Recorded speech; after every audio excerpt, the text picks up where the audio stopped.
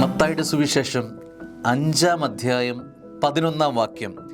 എന്നെ പ്രതി മനുഷ്യർ നിങ്ങളെ അവഹേളിക്കുകയും പീഡിപ്പിക്കുകയും എല്ലാവിധ തിന്മകളും നിങ്ങൾക്കെതിരെ വ്യാജമായി പറയുകയും ചെയ്യുമ്പോൾ നിങ്ങൾ ഭാഗ്യവാന്മാർ. എന്നെ പ്രതി മനുഷ്യർ നിങ്ങളെ അവഹേളിക്കുകയും നിങ്ങളെ പീഡിപ്പിക്കുകയും ഈ എല്ലാവിധ തിന്മകളും നിങ്ങൾക്കെതിരെ വ്യാജമായി പറയുകയും ചെയ്യുമ്പോൾ നിങ്ങൾ ഭാഗ്യവാന്മാർ.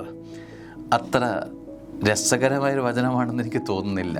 നമുക്കിഷ്ടപ്പെടുന്നൊരു വചനമാണെന്ന് എനിക്ക് തോന്നുന്നില്ല. എങ്കിലും വചനം സത്യമാണല്ലോ.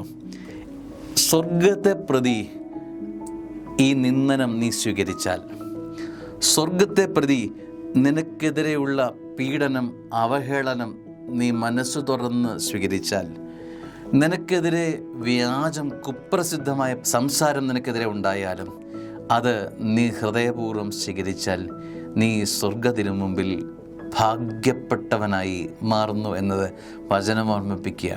ഒന്നുറപ്പാണ്, അത് എന്നെ പ്രതി ആയിരിക്കണം, അത് കർത്താവിനെ പ്രതി ആയിരിക്കണം, ദൈവത്തെ പ്രതി.